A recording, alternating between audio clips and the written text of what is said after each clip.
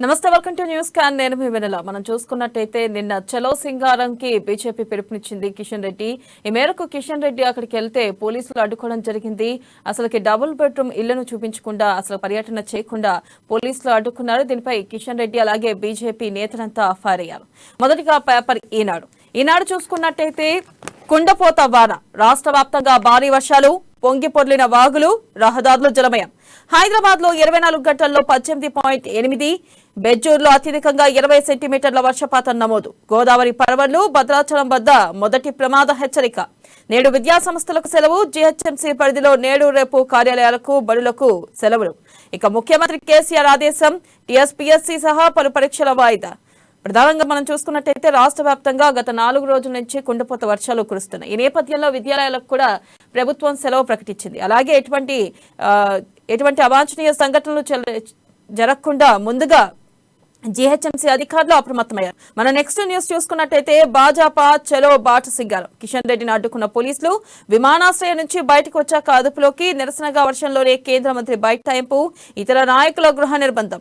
2 పడకల గదుల ఇళ్ల నిర్మాణాలను సందర్శించేందుకు గురువారం భాజపా చేపట్టిన చలో బాట సింగారం కార్యక్రమాన్ని పోలీసులు భగ్నం చేశారు. కేంద్ర మంత్రి కిషన్ రెడ్డి సహా భాజపా అగ్రనేతలు, కార్యకర్తలను అడ్డుకున్నారు. ఆ గ్రామానికి ఎవరూ వెళ్లకుండా గురువారం తెల్లవారుజాము నుంచే బారికేడ్లను ఏర్పాటు చేశారు. ప్రధానంగా మనం చూసుకున్నట్టయితే కిషన్ రెడ్డి నిన్న చలో బాట సింగారంకి పిలుపునిచ్చారు. అంటే ఏదైతే బాట సింగారంలో ఉన్న డబుల్ బెడ్రూమ్ ఇళ్లను సందర్శించడానికి వెళ్తున్నామని ముందుగానే చెప్పి మరీ వెళ్లారు. కానీ ఈ నేపథ్యంలో పోలీసులు అక్కడ అడ్డుకొని అలాగే కనీసం సందర్శించనివ్వకుండా చేశారు. పైగా అక్కడ క్వశ్చన్ అడగడం కూడా జరిగింది. ఎందుకు మేము చూడకూడదు అని చెప్పి కూడా కిషన్ రెడ్డి అడగడం జరిగింది. దీనిపై బీజేపీ నేతలు కూడా ఆగ్రహం వ్యక్తం చేస్తున్నారు. ఇక రాష్ట్ర వ్యాప్తంగా బీజేపీ నేతల్ని ఎక్కడికక్కడ హౌస్ అరెస్టులు చేశారు. ఇది ఎంతవరకు కరెక్ట్ అని చెప్పి కూడా బీజేపీ నేతలు ప్రశ్నించడం జరిగింది. ఒక పక్కన చూసుకున్నట్టయితే గత ఏదైతే కరెంటు విషయంలో లాగ్ బుక్లు దాచేయడం, అలాగే ఇప్పుడు చూసుకున్నట్టయితే డబుల్ బెడ్రూమ్ ఇండ్లను సందర్శించనివ్వకపోవడం, ప్రభుత్వం ఎందుకు ఇట్లా చేస్తుంది అంటే ఏదైనా సరే ప్రాపర్ గా చేస్తున్నట్టయితే ప్రభుత్వం ఎందుకు భయపడుతుంది, విపక్షాలకు ఎందుకు భయపడాలి, తను ఏం చేస్తుందో మంచి ఏదైతే పథకాలు అమలు చేస్తుందో ఆ పథకాలు చూపించడానికి ఒక రకంగా చూసుకున్నట్టయితే దీన్ని బట్టి ప్రభుత్వం భయపడుతుందని అనుకోవచ్చు. మన నెక్స్ట్ న్యూస్ చూసుకున్నట్టయితే జోరువాన్లో కేజీబీవీ యూఆర్ఎస్ ఉద్యోగుల ధర్నా, డిఎస్ఈ ఎదుట ఆందోళన, 29 డిమాండ్లతో సీఎస్కు వినతి పత్రం. ప్రధానంగా చూసుకున్నట్టయితే కేజీబీవీ యూఆర్ఎస్ ఉద్యోగులు నిరసన వ్యక్తం చేస్తున్నారు. ఎందుకంటే వాళ్ళకి 29 డిమాండ్లతో కూడిన సీఎస్కు వినతి పత్రాన్ని కూడా అందించారు. ఇక 26 మందితో కాంగ్రెస్ ఎన్నికల కమిటీ. రేవంత్ అధ్యక్షతన ఏర్పాటు, ఎక్స్-అఫిషియో సభ్యులుగా అనుబంధ సంఘాల అధ్యక్షులు. ప్రధానంగా మనం చూసుకున్నట్టయితే ఏదైతే ప్రదేశ్ ఎన్నికల కమిటీకి రేవంత్ రెడ్డిని ఎన్నికల కమిటీ చైర్మన్ గా రేవంత్ రెడ్డిని నియమించారు. అలాగే దాదాపు 26 మంది సభ్యులను కూడా దీంట్లో సభ్యులుగా చేర్చారు. అయితే ముగ్గురేమో ఎక్స్ అఫిషియో మెంబర్లుగా, 22 మంది ఏమో అఫిషియో మెంబర్లుగా కూడా ఉన్నారు. ప్రధానంగా చూసుకున్నట్టయితే ఇది కాంగ్రెస్ లో మరింత జోష్ నింపనుంది. మనం ఇంతకు ముందు చూసుకున్నట్టయితే ఆల్రెడీ కాంగ్రెస్ లో ఇప్పుడు జోష్ తో ముందుకెళ్తుంది. ఇది కూడా పైగా ఎన్నికల కమిటీ చైర్మన్ గా నియమించడంతో ఇక రేవంత్ రెడ్డి మరింతగా కాంగ్రెస్ ను ముందుకు తీసుకెళ్లే అవకాశం ఉన్నట్లుగా కనిపిస్తుంది. మన నెక్స్ట్ పేపర్ చూసుకుందాం. నెక్స్ట్ పేపర్ ప్రధానంగా ఆంధ్రజ్యోతిలో బాధ్యతకు సెలవు, జోరు వర్షాల్లోనూ సర్కార్ నిర్లక్ష్యం, విద్యాసంస్థలకు సెలవు ప్రకటిస్తూ సవిత ఆలస్యంగా చేసిన ట్వీట్ పై ఫైర్. పొద్దున 8:15 క్లాసులు, 8:18 మంత్రి ట్వీట్. అది సీఎం ఆదేశాల మేరకు అనడంపై తీవ్ర స్థాయిలో మండిపాటు. మీకెప్పుడే తెల్లారిందా అంటూ ధ్వజం. తల్లిదండ్రులు, పిల్లలు ఇబ్బంది. ఇక భారీ వర్షాలతో ట్రాఫిక్ అస్తవ్యస్తం, కిలోమీటర్ల ప్రయాణానికి గంట సమయం. వారం రోజులుగా ఫామ్ హౌస్ లోనే సీఎం, వర్షాలపై సమీక్ష లేదు. ఇక ప్రధానంగా చూసుకున్నట్టయితే నిన్న సవితా ఇంద్రారెడ్డి 8:18 ఆవిడ ట్వీట్ చేయడం జరిగింది. అయితే ఆల్రెడీ 8:15 క్లాసులు మొదలైన నేపథ్యంలో 8:18 చేస్తే ఏంటి ఈ ట్వీట్ కి అర్థం, ముందుగానే ప్రకటించవచ్చు కదా, ఇప్పుడే తెల్లారిందా అంటూ కూడా వ్యాఖ్యలు చేయడం జరిగింది. ఇక కిలోమీటర్ల మేర వర్షాల కారణంగా వాహనదారులు ఇబ్బంది పడుతున్నారు, ట్రాఫిక్ లైన్ లో చిక్కుకుపోతున్నారు. ఈ నేపథ్యంలో ముందుగానే చెప్తే గనక పిల్లల్ని ఆపేవాళ్ళం కదా అంటూ కూడా తెలుస్తుంది. అయితే రాష్ట్రంలో మనం చూసుకుంటున్నాం గత 4 రోజుల నుంచి విపరీతంగా వర్షాల వల్ల స్కూళ్లకు సెలవులు ప్రకటించడం ఇంత ఆలస్యమా అంటూ కూడా తల్లిదండ్రుల నుంచి కానీ అటు పిల్లల నుంచి కానీ ఆగ్రహం వ్యక్తం అవుతుంది. ఇక మనం నెక్స్ట్ చూసుకున్నట్టయితే ఎత్తిన నీళ్లు రివర్స్. లక్ష్మీ పంప్ హౌస్ నుంచి సరస్వతి బ్యారేజ్ లో 12 రోజులుగా 9 టీఎంసీలు. ఎక్కువ వర్షాలతో మళ్లీ దిగువకు 2018 నుంచి 169 టీఎంసీల నీరు ఎత్తిపోత. ఇక 100 టీఎంసీలు సముద్రంలోకి. గోదావరికి జలకళ. రాష్ట్ర వ్యాప్తంగా 3 రోజులుగా వర్షం. భద్రాచలంలో మొదటి ప్రమాద హెచ్చరిక జారీ చేశారు. గత 3-4 రోజుల నుంచి విపరీతంగా వర్షాల నేపథ్యంలో గోదావరికి జలకళ సంతరించుకుంది. అలాగే భద్రాచలంలో మొదటి ప్రమాద హెచ్చరిక కూడా జారీ చేయడం జరిగింది. మన నెక్స్ట్ న్యూస్ చూసుకున్నట్టయితే ముడుపులు ఇచ్చిన వాళ్ళకే బీసీ బదుకు భారీగా వసూలు. ఒక్కొక్కరి నుంచి 20 నుంచి 30 వేల రూపాయలకు వసూలు చేస్తున్నారు. కులవృత్తులు లేని వారి పేర్లు జాబితాలో లేవు. ఇక ఒక్క కుటుంబం నుంచి ఏకంగా 5 పేర్లు. ఆసిఫాబాద్ జిల్లాలో మండల స్థాయి నేతల దందా. ప్రధానంగా చూస్తున్నట్టయితే బీసీ బంధు ఏదైతే ఇస్తామన్నారో ఆ బీసీ బంధు కూడా ఇప్పుడు అవినీతికే, అంటే ఎవరైతే అర్హులు కాకుండా అనర్హులకే ఇస్తున్నారు. అది కూడా ఒక్కొక్క కుటుంబం నుంచి 5 మందికి అమలు చేస్తున్నారు. ఏదైతే అనర్హులకి పైగా ముడుపులు ఇస్తున్నారు. 20 నుంచి 30 వేలకి లంచం ఇస్తున్న వాళ్ళకి వీళ్ళు బీసీ బంధు కూడా అమలు చేయడం జరుగుతుంది. ఇది ఎంతవరకు సమంజసం అని చెప్పి బీసీలు కూడా నిలదీస్తున్న పరిస్థితి నెలకొంది. మరో పక్కన చూసుకున్నట్టయితే ఇక బీఆర్ఎస్ నిన్న హరీష్ రావు కూడా ప్రకటించారు, మైనార్టీలకు ₹1,00,000 చొప్పున ఇస్తాం, ఇంకో 2-3 రోజుల్లో ఈ విషయం తేలనుంది. సీఎం కేసీఆర్ ఆదేశం ఇచ్చాక వెంటనే అమలు చేస్తాం అంటున్నారు. ఎన్నికల సమయం జస్ట్ ఇంకా 3 నుంచి 4 నెలలే ఉంది. ఈ 3 నుంచి 4 నెలల సమయంలోనే ఇప్పుడు ఏదైతే పథకాలు అమలు చేస్తున్నారు, ఇప్పుడు దాకా ఏం చేశారు బీఆర్ఎస్ ప్రభుత్వం అని చెప్పి కూడా ప్రజలు నిలదీయడం జరుగుతుంది. మన నెక్స్ట్ న్యూస్ చూసుకుంటున్నాం. కిషన్ రెడ్డి అరెస్ట్. డబుల్ ఇళ్ల పరిశీలనకు బాట సింగారానికి ఔటర్ పై అడ్డుకున్న పోలీసులు. కేంద్ర మంత్రి అరెస్ట్. ఇదే తొలిసారి. ఉగ్రవాదిన నేరస్తున్నా అని కిషన్ రెడ్డి ఫైర్ అయ్యారు. ఇక రాష్ట్రపతి, లోక్సభ స్పీకర్ కు ఫిర్యాదు. ఈటెల, డీకే సహా ముఖ్య నేతల నిర్బంధం. ప్రధానంగా చూసుకున్నట్టయితే కిషన్ రెడ్డిని అరెస్ట్ చేయడంపై బీజేపీ పెద్దలు కానీ నేతలు కానీ ఫైర్ అవుతున్నారు. నేనేమైనా టెర్రరిస్టునా అంటూ కూడా కిషన్ రెడ్డి ఘాటు వ్యాఖ్యలు చేయడం జరిగింది. ఎందుకు అరెస్ట్ చేస్తున్నారు, అరెస్ట్ చేయడానికి అవకాశం ఏంటి, అసలుకి నేను డబుల్ బెడ్రూమ్ ఇల్లు సందర్శించడానికి వెళ్తున్నాను, ఎందుకు మీరు అరెస్ట్ చేస్తున్నారంటూ కూడా పోలీసుని నిలదీయడం జరిగింది. మనం నెక్స్ట్ పేపర్ చూసుకుందాం. నెక్స్ట్ పేపర్ వెలుగు. ప్రధానంగా వెలుగులో కూడా కిషన్ రెడ్డి అరెస్ట్ ఉద్రిక్తంగా మారిన చలో బాట సింగారం. డబుల్ బెడ్రూమ్ ఇండ్ల సదస్సును అందుకున్న పోలీసులు. వర్షంలోనే తడుస్తూ రోడ్డుపై బయట ఇచ్చిన కేంద్ర మంత్రి. పలువురు బీజేపీ ముఖ్య నేతల గృహ నిర్బంధం. ఎక్కడికక్కడ అరెస్టులు. రాష్ట్రపతికి, లోక్సభ స్పీకర్ కు కిషన్ రెడ్డి ఫిర్యాదు. కేసీఆర్ ఇక యుద్ధానికి కాస్కో అంటూ సభ. మనం పక్కన చూసుకున్నట్టయితే కిషన్ రెడ్డి నిన్న ఏదైతే బాట సింగారం డబుల్ బెడ్రూమ్ ఇళ్ల సందర్శనకు వెళ్లారో ఆ నేపథ్యంలో ఆయన ఫైర్ అవడం కూడా జరిగింది. అడ్డుకోవడంతో పోలీసులు ఎక్కడికక్కడ అడ్డుకున్నారు. అలాగే బీజేపీ నేతలను కూడా హౌస్ అరెస్ట్ చేశారు. ఒక పక్కన ఇంత జరుగుతుంటే మరో పక్కన సీతక్క కూడా నిన్న వ్యాఖ్యలు చేయడం జరిగింది. ఇదంతా బీఆర్ఎస్ బీజేపీ ఆడుతున్న నాటకం. ఏదైతే కాంగ్రెస్ రాష్ట్రంలో ముందుకెళ్తుందో అది చూసి ఓర్వలేకనే బీఆర్ఎస్ బీజేపీ ఇలా డ్రామాలు ఆడుతున్నారంటూ కూడా వ్యాఖ్యానించడం జరిగింది. అలా చూసుకున్నట్టయితే ఏదైతే మరి కిషన్ రెడ్డిని నేను అనుమతించలేదు. మొన్న చూసుకున్నట్టయితే ఈ లాగ్ బుక్లు కరెంట్ విషయంలో కూడా కేసీఆర్ ప్రభుత్వం స్పందించలేదు. ఆ లాగ్ బుక్లు కనిపించకుండా చేసింది. ఇలా చూసుకున్నట్టయితే ప్రభుత్వం ఒక రకంగా అవినీతి చేస్తుంది, ఎక్కడా కూడా ప్రతిపక్షాలకి సమాధానం ఇవ్వట్లేదని కూడా మనకు తెలుస్తుంది. నెక్స్ట్ మనం చూసుకున్నట్టయితే కొండపోత వాన. 4 రోజులుగా రిఖం లేని వాన. హైదరాబాద్ లో ఎక్కడికక్కడ ట్రాఫిక్ జామ్. చెరువుల్లో మారిన రోడ్లు, నీట మునిగిన లోతట్టు ప్రాంతాలు. ప్రధానంగా చూసుకున్నట్టయితే 4 రోజుల నుంచి హైదరాబాద్ లో కురుస్తున్న కొండపోత వర్షానికి అనేక ప్రాంతాలు జలమయమయ్యాయి. ఇక ఈ మేరకు జీహెచ్ఎంసీ కూడా అధికార చర్యలు తీసుకుంది. ఎక్కడైతే లోతట్టు ప్రాంతాల ప్రజల్ని పునరావాసాలకు తరలించింది. అయితే ఈ నేపథ్యంలో మరో 4 రోజుల పాటు వర్షాలు పడనున్నాయని చెప్పి వాతావరణ శాఖ హెచ్చరించింది. ఇంకా మైనార్టీలకు మేము ₹1,00,000 సాయం చేస్తాం. 2-3 రోజుల్లో విధి విధానాలు. సీఎం కేసీఆర్ అనుమతి రాగానే అమలుకి పథకం అంటూ కూడా హరీష్ రావు ప్రకటించడం జరిగింది. ఇక దీనిపై పూర్తి అనాలిసిస్ ని మనకు అందించడానికి మనతో పాటు కృష్ణమూర్తి గారు ఉన్నారు. వారితో మాట్లాడదాం.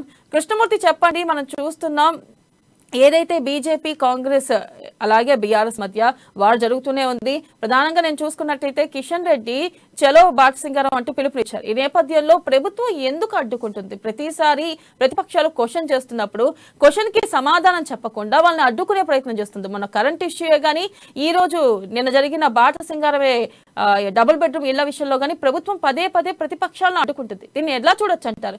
ఎందుకు ప్రభుత్వం అడ్డుకుంటుంది? అంటే ప్రభుత్వం ఏ విషయంలో కూడా సమన్యాయం చేయట్లేదంటారా?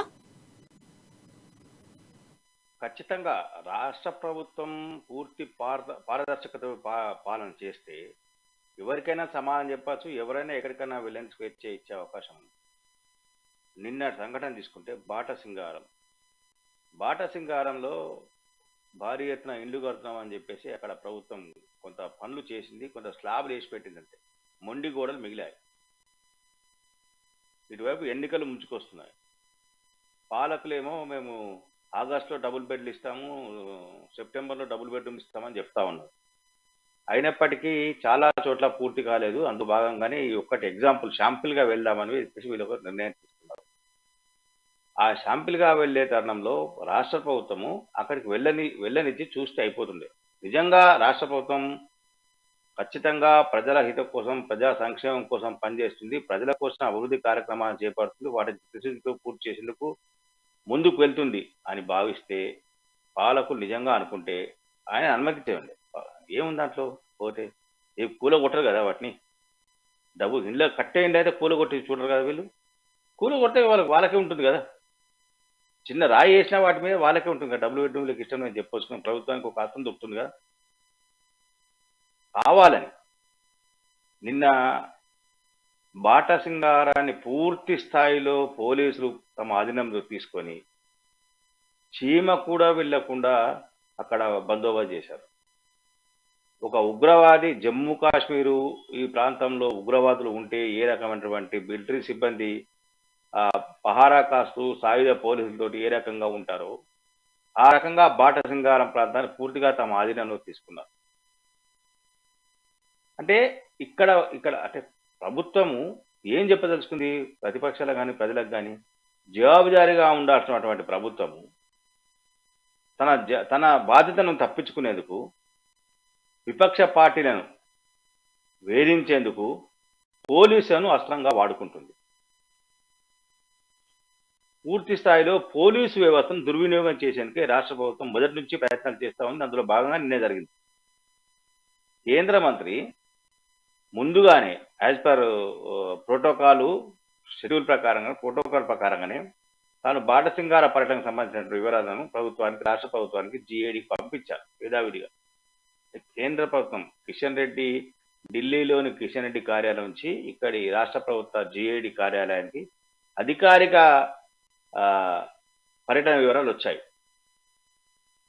వచ్చినప్పుడు ఓకే, కార్యకర్తలు ఓకే, అక్కడ గొడవ అవుతుంది, అక్కడ ఏదో 144 సెక్షన్ ఏదో అన్నారు. ఓకే, ఒక కేంద్ర మంత్రిని ఒక ఇద్దరిని నాయకులు పంపిస్తే అయిపోతుంది కదా, సందర్శించరండి. కనీసం ఒక కేంద్ర మంత్రిని పంపొచ్చు కదా. ఓకే, ఈరోజు అడ్డుకున్నారు, నిన్న అడ్డుకున్నారు, ఈరోజు వెళ్తే ఏం చేస్తారు? ఈరోజు చూడు నీకు ఉండదు అక్కడ. అదేం దాచిపెట్టుకుని జేబులో పెట్టుకుని పోయే సంస్థన డబుల్ బెడ్రూమ్ ఇల్లు చూడని ఏమంటే. నేను వాళ్ళు ఫోటోలు రిలీజ్ చేసారు కదా, వీడియోలు ఫోటోలు రిలీజ్ చేసారు కదా. కావాలని రాష్ట్ర ప్రభుత్వం కక్ష సారింపు చర్యలో భాగంగానే చేస్తూ ఉన్నది. నిన్నటి వరకు మనం గమనించవచ్చు. నిన్నే చెప్పినా అనుకుంటా, విద్యుత్తు సరఫరా విషయంలో రాష్ట్ర ప్రభుత్వం డైవర్ట్ చేసి మరో అంశాన్ని తెరపై తీసుకొస్తుందని నిన్నే చెప్పినది. అంటే ఒక అంశాన్ని డైవర్ట్ చేయాలంటే మరో అంశాన్ని ముందు తీసుకురావాలి. దాన్ని పరిష్కరించేది లేదు, దాన్ని పూర్తి స్థాయిలో పూర్తి చేసేది లేదు. సమస్యగానే ముంచి ఇంకో సమస్యను తెరపై. మీరు అన్నట్టు నిజంగా సీతక్క కూడా ఒక వ్యాఖ్య చేశారు. ఏదైతే ఇప్పుడు బీజేపీ అలాగే బీఆర్ఎస్ రెండు కలిసి నాటకాలు ఆడుతున్నాయి, డ్రామాలు చేస్తున్నాయి, ఏదైతే కాంగ్రెస్ ఎదుగుదలని చూడలేక ఇప్పుడు కొత్తది తెరపైకి తీసుకొచ్చింది అంటూ కూడా సీతక్క వ్యాఖ్య చేయడం జరిగింది. దీన్ని ఎలా చూడొచ్చు అంటారు? నిజంగానే బీఆర్ఎస్ బీజేపీ కలిసి నాటకాలు ఆడుతున్నాయి అంటారా? కావచ్చు. కాంగ్రెస్ పార్టీ చేసిన వాదన కూడా కొంత వాస్తవం ఉందని ప్రజలు భావిస్తూ ఉన్నారు. బీఆర్ఎస్ బీజేపీ ఒకటే.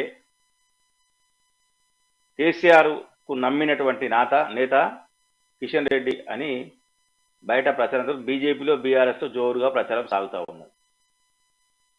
ఈ నేపథ్యంలో అంటే మేమిద్దరం ఒకటి కాదు అని కొంత అటెన్షన్ డైవర్షన్ చేయాలి. పబ్లిక్ మైండ్ను, పబ్లిక్ వ్యూస్ను, పబ్లిక్ ఆలోచన విధానాన్ని కొంత పక్కదారి పట్టించేందుకు ఈ చర్య కూడా ఇట్లా వ్యవహరించి ఉండొచ్చు. దాంట్లో ఎటువంటి అనుమానం లేదు. కారణం ఏంటంటే కిషన్ రెడ్డి అధికారంలోకి ఆయన గతంలో ఉన్నప్పుడు కూడా, కిషన్ రెడ్డి గతంలో రాష్ట్ర అధ్యక్షుడు ఉన్నప్పుడు కూడా కేసీఆర్ ప్రభుత్వానికి ఏ రకమైన ఇబ్బందులు కలగకుండా ఆయన తన పార్టీ కార్యక్రమాలను చేసుకున్నారు. కానీ కేసీఆర్ ప్రభుత్వం తప్పుపట్టడం కానీ ఆ రకంగా ఎప్పుడూ ఆయన వ్యవహరించలేదు. ఇప్పుడు కూడా అంటే ఇది ఒక కార్యక్రమం ఒకటే, ఇది షాంపిల్గా తీసుకున్నా అని చెప్తున్నప్పటికీ ఈ షాంపిల్నే బీఆర్ఎస్ ప్రభుత్వం పూర్తి స్థాయిలో విఫలం చేసింది, తిప్పికొట్టింది. కేంద్ర మంత్రిని అరెస్ట్ చేసే సమయంలో పాటించాల్సిన ప్రోటోకాల్ను కూడా రాష్ట్ర ప్రభుత్వం పాటించలేదని చెప్పేసి రాజకీయ విశ్లేషకులు కానీ రాజకీయ నేతలు సీనియర్లు చాలామంది రాజకీయ నాయకులు చెప్తా ఉన్నారు. కేంద్ర మంత్రిని అరెస్ట్ చేయాలంటే ముందుగా లోక్సభ స్పీకర్ను పర్మిషన్ తీసుకోవాల్సిన అవసరం ఉంటుంది, ఒకటి. రెండోది, ఆయన ఎక్కడా ఎలాంటి సంఘ విద్రోహకర హెచ్చరికలు కానీ అసాంఘిక పనులు కానీ లేకపోతే శాంతి భద్రతలకు విఘాతం కలిగించే పనులు ఇక్కడ కూడా చేయలేదు. ఇంత అంటే 1% కూడా పోలీసులకు ఇబ్బంది కలిగించే విధంగా ఏం చేయలేదు. ఆయన విమానం దిగి నేరుగా తాను అనుకున్న బాటసింగానికి వెళ్ళేందుకు ప్రయత్నం చేసిన క్రమంలో పోలీసులే ఆయనకు కాన్వాయ్ని అడ్డుకొని ఆయనను బలవంతంగా కారులో ఎక్కించి ఎక్కడెక్కడో తిప్పి చివరికి పార్టీ కార్యాలయంలో వదిలేసి వెళ్ళారు. అంటే ఇక్కడ మనం గ్రహించాల్సింది ఏంటంటే, కావాలని కాంగ్రెస్ పార్టీ గ్రాఫ్ రోజు రోజుకు పెరుగుతున్న నేపథ్యంలో కొంత గ్రాఫ్ను తగ్గించాలి. కాంగ్రెస్ పార్టీ వైపు చూసిన ప్రజలను కానీ నాయకులను కానీ కొంత ఆలోచన రేకెత్తించే విధంగా వ్యవహరించాలి. అంటే కొంత ఇది చేయాలి అని కూడా బీఆర్ఎస్ భావించి ఉంటుందని కూడా చర్చ జరుగుతూ ఉన్నది.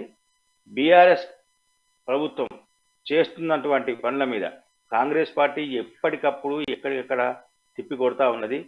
ఆ తిప్పికొట్టే భాగంలోనే కరెంటు పైన చర్చ జరగడం, కరెంటు పైన కొంత ఉద్యమం వాళ్ళు తీసుకురావడము, దానికి బీఆర్ఎస్ కొంత ప్రతికూల చర్యను ప్రతిచర్యలకు వాళ్ళు దిగడం, ఇవన్నీ చూస్తూ ఉంటే ఇటు కాంగ్రెస్ వర్సెస్ బీఆర్ఎస్ అన్న చర్చ ప్రజల్లో మొదలైంది. ఆ చర్చను తప్పుదారి పట్టించేందుకు బీజేపీ నేత కిషన్ రెడ్డిని రాష్ట్ర ప్రభుత్వం బలవంతంగా అరెస్ట్ చేయడం అసలు అవసరం లేదు, అరెస్ట్ చేయాల్సిన అవసరం లేదు.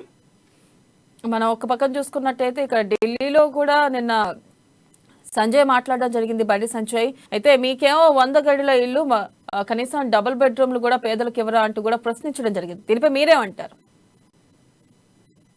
ఖచ్చితంగా గతంలో మనం కేసీఆర్ ప్రభుత్వం, కేసీఆర్ ఒకటోసారి 2014లో ముఖ్యమంత్రిగా స్వీకరించిన తర్వాత కేవలం 8 మాసాల లోపలనే రాజభోగం లాంటి భవన్ కట్టించుకున్నారు ప్రగతి భవన్ పక్కన.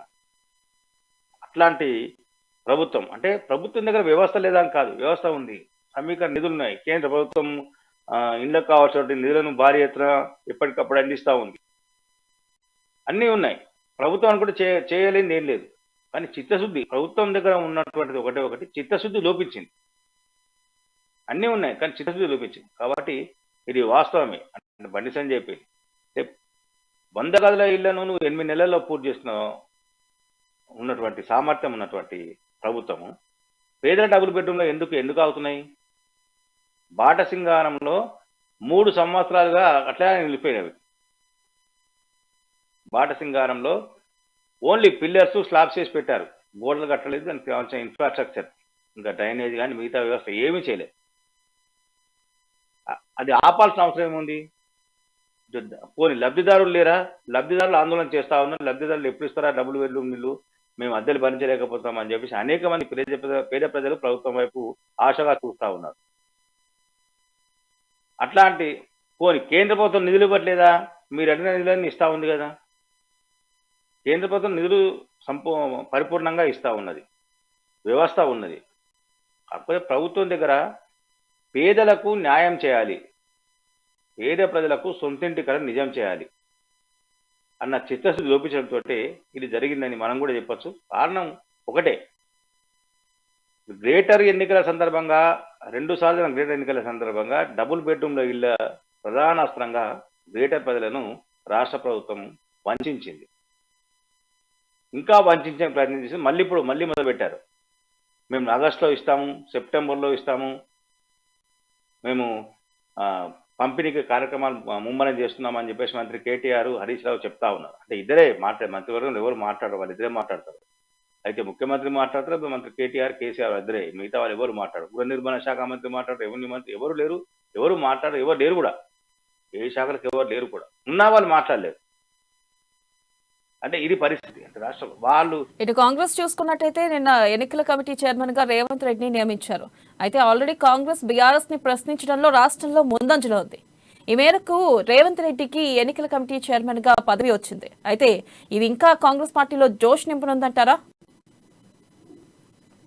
రేవంత్ టీసీసీ ప్రెసిడెంట్ అయిన తర్వాత కాంగ్రెస్ పార్టీ కొంత ఊపు మీద పోతా ఉన్నది. ఆయన తనకంటూ ప్రత్యేక వ్యూహంతో ఆ ప్రభుత్వంపై ఎప్పటికప్పుడు చెలరేగిపోతున్నారు ఆయన.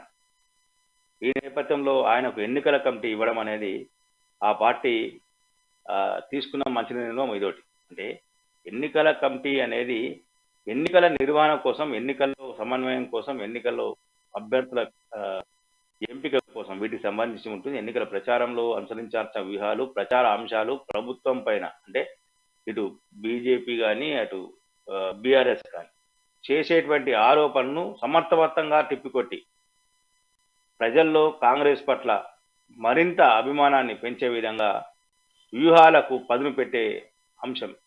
కాబట్టి ఆయనకు చైర్మన్ కమిటీ, ఎన్నికల కమిటీ చైర్మన్గా ఇవ్వడం అనేది కొంత ప్లస్ అని చెప్పొచ్చు. ఎవరికి ఇచ్చిన అంటే సమన్వయం వేరే నేతలకు ఇచ్చినప్పుడు, దాంట్లో సమర్థులు ఉన్నారు లేదని కాదు, వేరే నేతలను సమన్వయం దెబ్బతినే అవకాశం ఉంటుంది.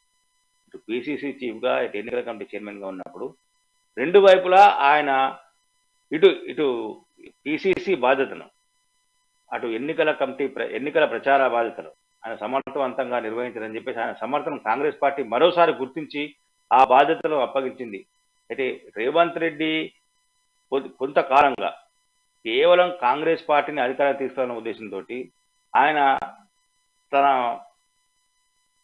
మనోభావాలను కూడా కొంత చంపుకుంటున్నాడు. పార్టీలు ఐక్యత కోసం, నేతల మధ్య సమన్వయం కోసం అవసరమైతే నేతల ఇళ్లకు కూడా ఆయన వెళ్తా ఉన్నాడు. కేవలం అంటే కాంగ్రెస్ పార్టీని బలోపేతం చేయాలి, అధికారంలోకి తీసుకురావాలి అన్న ఏకైక లక్ష్యంతో ఆయన పనిచేస్తారు. కాబట్టి ఆ తరుణంలో ఈ పదవి కూడా ఆయనకు చైర్మన్ పదవి రావడం కూడా కొంచెం కాంగ్రెస్ పార్టీ ప్రెస్ అని చెప్పు, శ్రేణుల్లో కూడా కొంత ఉత్సాహం పెరుగుతుంది. ఇక్కడ ప్రధానంగా చూసుకున్నట్టయితే నిన్న బీఆర్ఎస్ మంత్రి హరీష్ రావు ప్రకటించడం జరిగింది. అతి త్వరలో ఇక 2-3 రోజుల్లో మైనార్టీలకి ₹1,00,000 సాయం చేయనున్నామంటూ కూడా ప్రకటించారు. యువతల పక్కన చూసుకున్నట్టయితే ఆల్రెడీ ప్రకటించిన బీసీ బంద్లో అవినీతి జరుగుతుంది. 20 నుంచి 30,000 ఇస్తేనే, ముడుపులు ఇస్తేనే అనర్హులను కూడా అర్హులు చేసేస్తున్నారు. అర్హులకి కరెక్ట్ గా పథకాలు కూడా అందట్లేదు. దీన్ని మనం ఏ విధంగా చూడవచ్చు? అసలు 20 నుంచి 30,000 ముడుపులు ఇచ్చుకున్నాక అనర్హులకి మళ్ళీ ఇక్కడ ఇంకో పాయింట్ ఏంటంటే ఒక్కొక్క కుటుంబానికి ఐదుగురికి కూడా బీసీ బంద్ వస్తుంది. అది అనర్హులకి, అర్హులకు కాదు. ఇది అసలు ఎట్లా చూడొచ్చు? ప్రభుత్వం వైఫల్యమేనా? ఓ పక్కన ముడుపులు తీసుకోవద్దు, ఇట్లా చేయొద్దని చెప్తూనే ఇంకో పక్కనేమో అధికారులు నిర్లక్ష్యం చేస్తూ ఏదైతే ప్రజలకి ఎవరైతే అర్హులున్నారో అర్హులకు కాకుండా అనర్హులకి పథకం అమలు చేయడంపై మీరేమంటారు?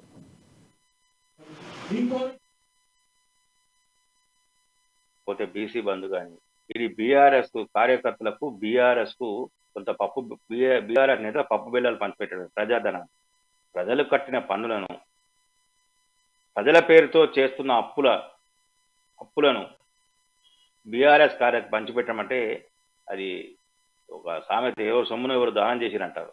ఆ రకంగా ఉంది వ్యవహారం. మైనార్టీ అది ఇప్పుడు ఏదైతే మైనార్టీ ₹1,00,000 అంటారో ఇది ఎంఐఎం పథకంగా మనం చెప్పవచ్చు. ఇది ఎంఐఎం కోసం పెడుతున్నటువంటి పథకం మైనార్టీల ₹1,00,000 అనేది. ఇప్పటి వరకు బీఆర్ఎస్ నేతలు చెప్పిన వాళ్లకు, బీఆర్ఎస్ నేతల కమిషన్లు ఇచ్చిన వాళ్ళకు మాత్రమే అర్హతను ప్రాతిపదిక కాదు, కమిషన్ల ప్రాతిపదికన, పార్టీల ప్రాతిపదికన ఈ పథకాలు అమలవుతున్నాయి రాష్ట్రంలో. తాజాగా మైనార్టీలకు ₹1,00,000 పథకం అనేది ఎంఐఎం చెప్పిన వాళ్లకు, ఎంఐఎం సిఫారసు చేసిన వాళ్లకు, ఎంఐఎం నేతలు వీళ్ళకి ఇవ్వాలన్న వాళ్ళకి ఇస్తారు. కానీ వాళ్ళు ఎవరు, ఏంది, ఎక్కడ, ఏందని ఎవరు ఆలోచన చేసేవారు? వాళ్ళు ₹1 ఉన్నాయా, ₹10 ఉన్నాయా ఆస్తులు అనే విషయంలో ఇక్కడ ప్రభుత్వం ఆలోచించి అధికారులు అంతకన్నా ఆలోచన చేయరు. అధికార యంత్రాంగం కూడా అదే రకంగా తయారైపోయింది. పూర్తి స్థాయిలో ప్రభుత్వం చెప్పిందే వేదం.